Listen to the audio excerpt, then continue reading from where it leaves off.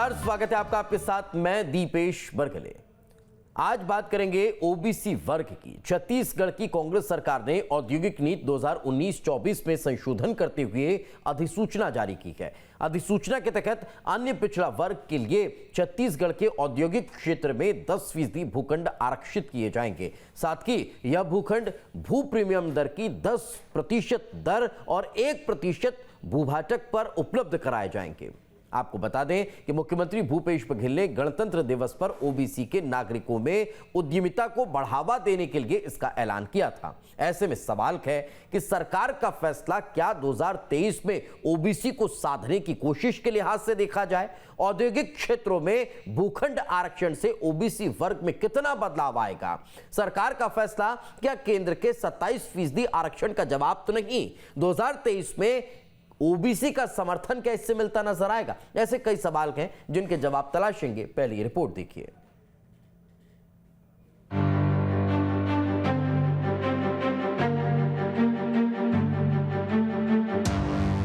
छत्तीसगढ़ में जैसे जैसे विधानसभा चुनाव नजदीक आ रहे हैं, वैसे वैसे सियासी पार्टियां अपनी अपनी सियासी जमीन बनाने और जाति की गुणागणित पर काम करना शुरू कर दिया है। सत्ताधारी दल यानी कांग्रेस ने ओबीसी वर्ग को एक बड़ा तोहफा दिया है। मसलन ओबीसी वर्ग के लिए औद्योगिक क्षेत्रों में 10% भूखंड आरक्षित करने का फैसला हुआ है। भू प्रीमियम दर के 10% दर और 1% भूपाटक की दर पर उपलब्ध कराए जाएंगे। ओबीसी के नागरिकों में उद्यमिता को बढ़ावा देने के लिए ये फैसला लिया गया है। सीएम ने गणतंत्र दिवस पर इसका ऐलान किया था। इसको लेकर औद्योगिक नीति 2019-24 में संशोधन करते हुए अधिसूचना जारी कर दी गई है। जो औद्योगिक क्षेत्र हैं उसमें 10% भूमि पिछड़ा वर्ग के लिए आरक्षित करना है और इसकी जो समय अवधि है वो 2 साल के लिए, और 2 सालों तक यदि कोई आके उद्योग लगाना चाहता है तो जमीन उपलब्ध कराई जाएगी। और 2 साल के भीतर नहीं आएगा तो फिर सामान्य को दे दिया जाएगा। सरकार की सोच है कि पिछड़ा वर्ग के लोग भी उद्यमी बने, आगे आएँ। इसके पहले SC और ST के लिए भी रिजर्वेशन किया गया था। ये तो रही सरकार के फैसले की बात। अब आपको इसके सियासी मायने भी समझा देते हैं। छत्तीसगढ़ में एक बार फिर पिछड़ा वर्ग की राजनीति उफान पर है। केंद्र सरकार ने ओबीसी आरक्षण का बड़ा दांव खेला।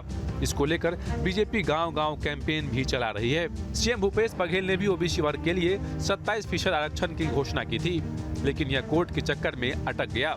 अब एक बार फिर कांग्रेस बीजेपी ओबीसी वोटरों को अपने पाले में लाने की जुगत में है। प्रदेश में ओबीसी वर्ग से 6 सांसद और 20 विधायक हैं। ओबीसी वोटर करीब 45 विधानसभा सीटों पर प्रभावी भूमिका निभाते हैं। छत्तीसगढ़ में कांग्रेस ने ओबीसी वर्ग से पहले सीएम के रूप में भूपेश बघेल को जिम्मेदारी दी। बीजेपी में नेता प्रतिपक्ष की जिम्मेदारी ओबीसी वर्ग के धर्मलाल कौशिक निभा रहे हैं। सरकार के इस फैसले पर बीजेपी का बयान भी सुन लीजिए। अच्छी बात है, अन्य पिछड़ा वर्ग के लिए भी करना चाहिए, अनुसूचित जाति के लिए भी करना चाहिए, अनुसूचित जनजाति के लिए भी करना चाहिए, परंतु उसके लिए एक वातावरण बनाना पड़ेगा। छत्तीसगढ़ ने 48,000 करोड़ के MOU किए। उस MOU में अभी तक एक उद्योग नहीं लगा है, एक MOU अभी तक इम्प्लीमेंट नहीं हुआ है। तो खाली घोषणाएं करने से क्या होगा? अन्य पिछड़ा वर्ग में जो हमारे कमजोर तबके के पिछड़ा वर्ग के लोग आते हैं, उनके विकास के लिए, उनकी तरक्की के लिए तो सरकार ने अभी तक कहीं भी कुछ भी नहीं किया। ये तो बात हुई बीजेपी कांग्रेस के सियासत की, लेकिन सरकार के इस फैसले से ओबीसी वर्ग को औद्योगिक क्षेत्रों में खुद को आगे बढ़ाने का एक बेहतर मौका मिला है। अगर वो इसका समय रहते फायदा उठाते हैं तो इससे न सिर्फ उनका फायदा होगा, बल्कि प्रदेश में भी आर्थिक गतिविधियां बढ़ेगी। Team news state. तो इस फैसले के अलग अलग मायने निकाले जा रखे हैं।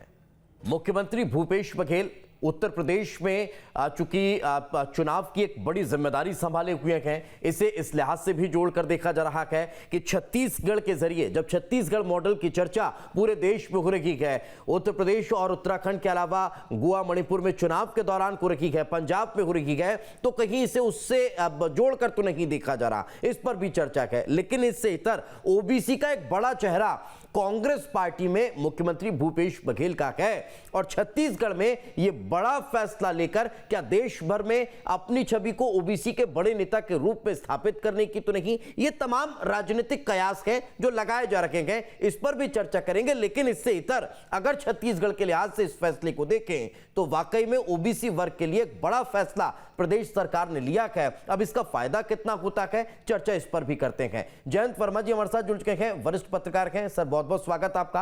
अनुराग अग्रवाल जी हमारे साथ जुड़ चुके हैं, बीजेपी के वरिष्ठ नेता हैं। अनुराग जी आपका बहुत बहुत स्वागत है। और अमित श्रीवास्तव जी हमारे साथ जुड़ चुके हैं, कांग्रेस का पक्ष रखेंगे। अमित जी आपका भी बहुत बहुत स्वागत है। शुरुआत अमित जी आप ही से करते हैं। आखिर क्यों इस फैसले को लेने की आवश्यकता पड़ी, इसके पीछे की कोई खास वजह थी क्या अमित जी? देखिए, मैं आपको बता दूं कि 3 वर्ष पहले जब हमारी सरकार आई तो नवा छत्तीसगढ़ गढ़ने में हमने जन जन का जो योगदान हमने लेने का फैसला भी किया। और लगातार आप देखिए कि एक समावेशी विकास, क्योंकि जब हमें छत्तीसगढ़ मिला तो जिस प्रकार से छत्तीसगढ़ में भ्रष्टाचार हुआ था, लगातार आप देखिए कि कुपोषण से युक्त छत्तीसगढ़ था, मलेरिया था, और जिस प्रकार से आप देखिए कि किसान यहाँ पर परेशान था, गरीबी, कुपोषण, किसान आत्महत्या कर रहा था, और सारी चीजों को आर्थिक बदहाली और लगातार अगर आप देखेंगे तो हताशा और निराशा लोगों में थी। लेकिन जब हमारी सरकार यहाँ पर आई तो भूपेश बघेल जी ने जब रणनीति और नीतियां बनाई तो एक चीज उन्होंने बहुत अच्छे से किया कि विकास के इस मॉडल को कैसे छत्तीसगढ़ मॉडल बनाया जाए और एक योजना लाई जाए। तो सबसे पहले एक जो लगातार योजनाएं हमने बनाई, मैं आपके माध्यम से बताना चाहता हूं कि गढ़बो नवा छत्तीसगढ़, जिसमें हमारा स्लोगन है सेवा, जतन और सरोकार, यही है छत्तीसगढ़ सरकार। तो हमने एक औद्योगिक नीति बनाई, औद्योगिक नीति 2019-24, और उसमें गढ़बो नवा छत्तीसगढ़ को, जैसा मैंने आपको बताया कि प्रदेश में समन्वित, समावेशी और सस्टेनेबल औद्योगिकरण के लिए एक आत्मनिर्भर और निरंतर प्रगतिशील अर्थव्यवस्था का निर्माण कैसे हो, तो उसके लिए एक हमने मिशन के तहत हमने काम किया। और लगातार अगर आप देखेंगे तो स्टेट को आज इतने अवार्ड्स भी मिल रहे हैं, और कैसे हम यहाँ पर अपने जो छत्तीसगढ़ की 2 करोड़ 80 लाख जनता है, ग्रामीण अंचल के साथ उनसे जब हमने विचार विमर्श किया और जब जनता के हर वर्ग को हमने उसमें जोड़ने का जो काम किया। बिल्कुल, लेकिन मेरा सवाल यह है अमित जी कि ओबीसी वर्ग को ही आरक्षण क्यों? छत्तीसगढ़ में तो आदिवासी वर्ग की संख्या बहुत ज्यादा है, एक बड़ा वर्ग है, लेकिन ओबीसी पर फोकस, इसकी कोई खास वजह? देखिए, मैं आपको बता दूं दीपेश जी, हम लोग लगातार आपके चैनल पे डिबेट भी करते हैं, और आप देखा होगा कि छत्तीसगढ़ सरकार आने के बाद किसान भाइयों के लिए और आदिवासियों के लिए लगातार हमारी योजनाएं चल रही थी। उस पर हमने कई बार डिबेट्स किए हैं और लगातार हमें अवार्ड्स भी केंद्र की सरकार से मिल रहा है। अब एक ऐसा वर्ग जो लगातार अगर आप देखेंगे तो छत्तीसगढ़ में, जैसा भी आपके चैनल पे ही मैंने देखा कि छत्तीसगढ़ में जो हमारे ओबीसी भाई हैं, हमने तो सीएम बनाया है, ओबीसी हमारे उस वर्ग से आते हैं, स्पीकर हमारे उस वर्ग से आते हैं, छत्तीसगढ़ में 6 सांसद जो है ओबीसी वर्ग से आते हैं, और 20 एमएलए जो है वो इस वर्ग से आते हैं। और एक अच्छा प्रतिशत अगर आप देखेंगे तो आपके माध्यम से मैं बताऊं कि छत्तीसगढ़ में लगभग 42 जातियां हैं, और उसमें छत्तीसगढ़ में 161 उसमें उपजातियां हैं। और लेकिन मैंने आपको एक और चीज आपके माध्यम से बता दूं कि लगातार हम चाहते थे कि ओबीसी वर्ग के जो भाई हैं वो भी इंडस्ट्रीज के तरफ मूव करें, और अगर एक अच्छा वातावरण अगर हम निर्मित कर पाए तो लगातार वो भी उद्यमी बने।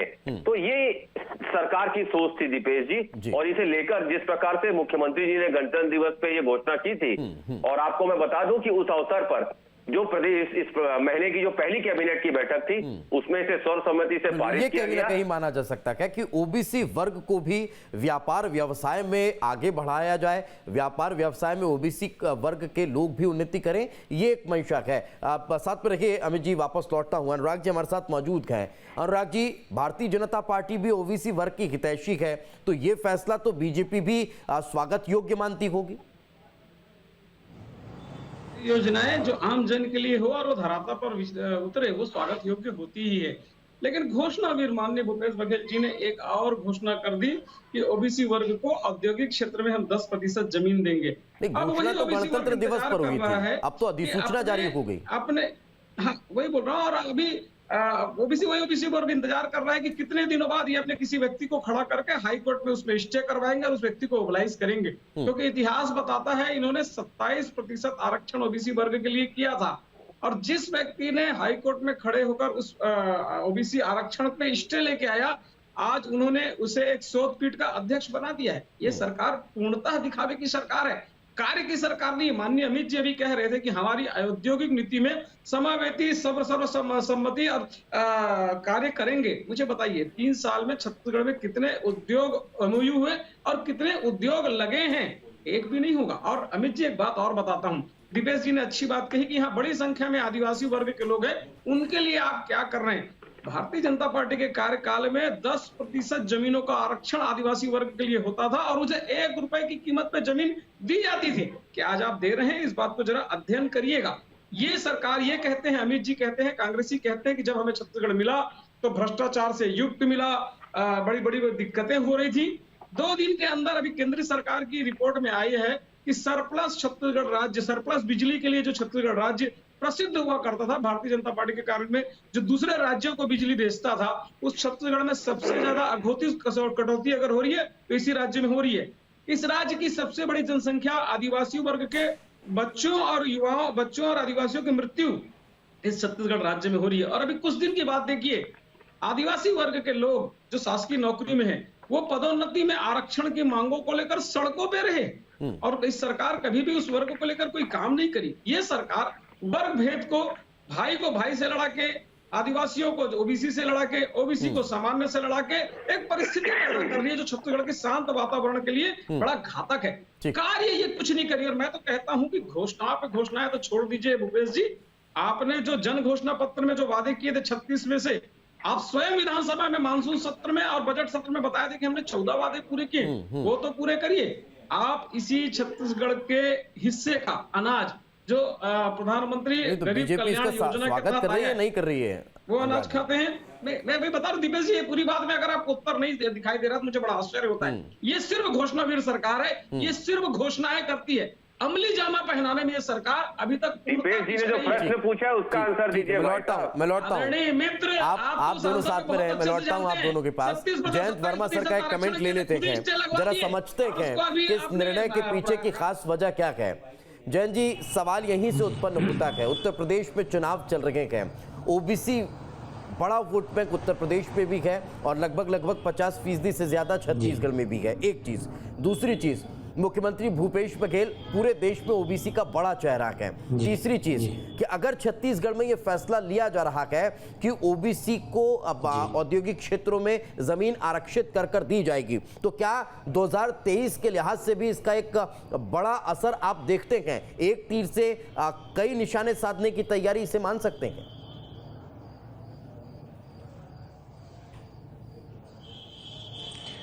देखिए दीपेश जी, उद्योग लगाने में जमीन तो बहुत छोटी चीज है। जमीन जब होती है तो उसके बाद उसके फाइनेंस चाहिए, उसके बाद उसके लिए स्किल्ड लोगों की टीम चाहिए, उसके बाद उसमें बिजली चाहिए, तमाम लाइसेंस चाहिए। ये सारी चीजों में आप कितनी उनको सहूलियत देने वाले हैं, ये एक बड़ा जरूरी है। क्या ऐसा राज्य ऐसा होना चाहिए कि चाहे जो बिजली उद्योग लगाना चाहे उसको पूरी सुविधा दी जाएगी और उसको ये सिंगल विंडो जो क्लियरेंस होगा वैसा दिया जाएगा और एक टाइम लिमिट हो कि हम 15 दिन के अंदर उसको हर क्लियरेंस दे देंगे। ये यदि किया जाएगा तो हमको लगता है कि जो नॉन ओबीसी हैं वो भी आके उद्योग लगाएंगे और ओबीसी को वहां पे एम्प्लॉयमेंट देंगे। आपको तो ये करना चाहिए कि इतना % ओबीसी को एम्प्लॉयमेंट देना कंपलसरी करो, क्योंकि आजकल तो लोग ये चाहते हैं कि भाई उद्योग लग जाए पर कम से कम मैन पावर हो ताकि ये झंझट ना हो, मैकेनाइज्ड पूरी प्रोडक्शन हो। और फिर मार्केट कैसे इंश्योर किया जाएगा, तो ये बड़ा लंबा चक्कर है। केवल एक झुंझुना जैसे वो दे दिया आपने कि जमीन दे देंगे, तो जमीन अकेले से क्या होता है, लोगों के पास तो जमीनें हैं पर बाकी सब चीजें नहीं जुगाड़ होता, उद्योग नहीं लग पाते हैं उनके। बिल्कुल, ये अपने आप में एक बड़ी बात है जयंत जी ने जो कही है। अमित जी, इसी सवाल को थोड़ा सा और आगे बढ़ाता हूं और वो सवाल उस लिहाज से पूछता हूं कि ओबीसी वर्ग में अब कुछ लोग ऐसे हैं, या फिर ये कह लीजिए कि ओबीसी वर्ग में भी कुछ जातियां ऐसी हैं जो बेहद प्रबुद्ध है, समृद्ध है, लेकिन कुछ वाकई में जो और अति पिछड़ा वर्ग है वो इस तरह की योजनाओं से वंचित रह जाता है। तो क्या इसमें कोई इस तरह की मॉनिटरिंग की व्यवस्था भी होगी, इसमें कोई इस तरह के प्रावधान भी होंगे कि उन्हें वाकई में अगर जिन्हें जरूरत है उन्हें इसका लाभ मिल पाए?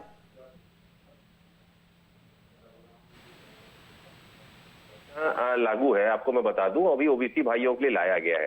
निश्चित तौर पे छत्तीसगढ़ में हम चौमुखी विकास चाहते हैं और बहुत ही अच्छी, बहुत ही सम्मानित हमारे जयंत जी ने जो बात कही, मैं आपको बता दूं कि जो हमने औद्योगिक नीति बनाई है उसमें हमने सिंगल विंडो सिस्टम भी एडॉप्ट किया है। और आपको मैं बता दूं कि जो स्टार्टअप छत्तीसगढ़ में को ये प्रोत्साहित करने के लिए एक प्रभावशाली तंत्र का विकास जो किया गया है, और उसमें समय अवधि में अगर आपके डॉक्यूमेंट्स सारे ओके हैं तो एक समय अवधि में आपको सारे क्लियरेंस मिल जाएंगे। उसी प्रकार से ब्रांड छत्तीसगढ़ बनाने के लिए, समृद्ध छत्तीसगढ़ बनाने के लिए, राज्यों में विभिन्न पूंजी निवेश को आकर्षित करने के लिए देश विदेश पे हम समय समय पे वर्कशॉप ले रहे हैं, सेमिनार कर रहे हैं, रोड शो के तहत लोगों को अवेयर कर रहे हैं कि आप आइए, Chhattisgarh is very rich in minerals तो है ही है, बहुत सारी चीजें छत्तीसगढ़ में, और सबसे अच्छा एक अच्छा वातावरण निर्मित, क्योंकि औद्योगिक नीति नहीं थी तो लोग कंफ्यूज होते थे दीपेश जी। और मैं आपके माध्यम से बताना भी चाहता हूं कि हमने औद्योगिक नीति 2019-24 ये मैं आपको दिखा रहा हूं, ये हम लाए हैं, और अगर इसको कोई भाई पढ़ लेगा तो सारी चीजें उसको क्रिस्टल क्लियर हो जाएंगी कि छत्तीसगढ़ शासन। लेकिन मेरा एक महत्वपूर्ण सवाल अमित जी ये है कि हम पिछड़ा वर्ग को आरक्षण दे रखे हैं, लेकिन पिछड़ा वर्ग में कई ऐसे लोग हैं जो बेहद अति पिछड़ा वर्ग की श्रेणी में आ रखे हैं और उन्हें पिछड़ा वर्ग की जो योजनाएं हैं उनका लाभ मिलना चाहिए, वो मिलता नहीं है। तो क्या इसमें कोई ऐसी व्यवस्था होगी, कोई प्रावधान होगा कि उन्हें प्राथमिकता हो, अगर वो अपना उद्योग धंधा शुरू करना चाह रहे हैं, अगर वो अपना व्यापार व्यवसाय शुरू करना चाह रहे हैं, तो कम से कम उनको प्राथमिकता हो ताकि उनकी समस्या का समाधान हो पाए? निश्चित तौर पे आपको साधुवाद, बहुत अच्छा प्रश्न आपने किया है। देखिए, छत्तीसगढ़ सरकार का ध्येय है, मैंने जैसा कहा, जैसा जयंत जी ने भी कहा कि और लोग भी, हमने जो योजना बनाई है और अगर ये इस नियमावली को, जो औद्योगिक नीति है उसको कोई भी अगर भाई पढ़ लेगा तो सारी चीजें उसे क्लियर हो जाएंगी, समावेशी विकास। और हम तो चाहते हैं दीपेश जी कि छत्तीसगढ़ नहीं, भारत के लोग, देश विदेश के लोग आके यहाँ पर छत्तीसगढ़ में एक ऐसा वातावरण हमने निर्मित किया है कि आए लोग यहाँ पर इन्वेस्ट भी करें, एक अच्छा वातावरण हो गया है, लोग आत्मनिर्भर बने और परिपक्व अर्थव्यवस्था का निर्माण की ओर हम जा रहे हैं। और हमारा ध्येय यही है कि समृद्ध, खुशहाल और सशक्त छत्तीसगढ़ हम निर्मित करना चाहते हैं दीपेश जी। और उसमें सरकार, अगर कोई उद्यमी आता है, कोई छत्तीसगढ़ का आम व्यक्ति भी आता है, हमारे लिए वो भी खास है, अगर वो भी उद्योग डालना चाहता है तो उसका भी स्वागत है। सरकार पूरी तरीके से उसकी मदद के लिए खड़ी हुई है। स्वागत आप कर रहे हैं। अनुराग जी से कमेंट ले लेते हैं। अनुराग जी, आप अपनी बात कहना चाह रहे थे, वो भी कंप्लीट करिएगा। और उसके साथ मैं ये भी सवाल कर रहा हूं कि अगर कहीं कोई कमी नजर आ रही है तो हम उसमें सुधार की गुंजाइश तलाश सकते हैं, लेकिन सिर्फ उसमें कमियां ही निकालना ये भी तो कहीं सही नहीं है ना अनुराग जी? दीपेश जी, मैं आपकी बात को आगे बढ़ाता हूं। कोई कमी नजर आ रही है तो उसे सुधार कर सकते हैं। जब जमीन, वास्तविकता जमीन ही नहीं है तो वहां पे आप महल खड़ा कैसे कर देंगे? मैं जयंत जी की बात को आगे बढ़ाना चाहूंगा। जयंत जी ने बहुत अच्छी बात कही कि एक झुनझुना पकड़ाने का प्रयत्न किया गया है इस ओबीसी वर्ग को। यहाँ एक वातावरण उसका तैयार नहीं किया है। किसी भी इंडस्ट्री के लिए एक वातावरण तैयार करना पड़ता है। क्या इंडस्ट्री के लिए योग्य स्किल्ड लोग हैं? इस सरकार ने तो प्रधान कौशल विकास योजना बंद कर रखी है। और एक बात मैं बताता हूँ, बेमेतरा एक ऐसा क्षेत्र है जिस क्षेत्र में कृषि की अपार संभावनाएं हैं। वहां पे हॉर्टिकल्चर की बात करें, उन्हारी की बात करें, जबरदस्त वो क्षेत्र छत्तीसगढ़ के बहुत अच्छे कृषि उन्नति वाले क्षेत्रों में है। वहां पे स्पंज आयरन के प्लांट का एमओयू करके आप उस क्षेत्र के फसल को खराब करने की कोशिश कर रहे हैं। मतलब मेरा ये कहना ये कि आपके पास ऐसी कोई भी औद्योगिक नीति है नहीं जो धरातल पर जनता के हित के लिए हो। जो क्षेत्र अपने आप ही कृषि क्षेत्र में उन्नत है, 2,25,000 हेक्टेयर भूमि, उसमें खरीफ फसल लगती है, 1,75,000 रबी फसल लगती है। हार्टिकल्चर में, उन्हारी में वो आगे, वहां पे आप इंडस्ट्री लगा के उस क्षेत्र को खराब करना चाहते हैं। आपकी कोई योजनाएं नहीं है। इस प्रदेश में तो सिर्फ और सिर्फ अपराध और भ्रष्टाचार उद्योग पनप रहा है। रेत माफियाओं का हालत देखिए। मुख्यमंत्री ने घोषणा की, अब पूरे प्रदेश में हजारों की संख्या में हाईवा और जेसीबी पकड़ा है। मैं कहता हूं मतलब मुख्यमंत्री घोषणा नहीं करेंगे तो अधिकारी इनको पकड़ेंगे ही नहीं। ये साफ बताता है कि 3 साल बाद आप घोषणा करते हैं, मतलब कितने दिनों से अपराध चलते रहा, फिर मुख्यमंत्री जी ढीला पड़ गए, फिर आप मैं लौटूंगा अमित जी, चूंकि समय का अभाव है। जयंत जी से कमेंट ले लेते हैं। जयंत जी, आपने जिस बात का जिक्र किया झुंझुने का, उसी बात को अनुराग जी ने भी पकड़ा। सवाल यहीं से खड़ा होता है कि क्या ये सिर्फ एक पॉलिटिकल स्टंट है? क्या इसका 2023 पे लाभ लिया जा सके इसलिए ओबीसी वर्ग को साधने की आवश्यकता है, या फिर उत्तर प्रदेश चुनाव के लिहाज से भी इसे जोड़कर देखा जाए? एक और महत्वपूर्ण सवाल यह है कि अगर वाकई में ओबीसी वर्ग को फायदा देने की मंशा है तो फिर ये वाकई में सराहनीय हो सकता है, क्योंकि व्यापार व्यवसाय में अभी तक या तो अग्रवाल बनिया करता दिखाई देता था या फिर ब्राह्मण वर्ग व्यापार व्यवसाय करता दिखाई देता था। अब अगर ओबीसी आगे आएगा तो छत्तीसगढ़ की अर्थव्यवस्था में भी इससे उछाल नजर आएगा। जयंत जी,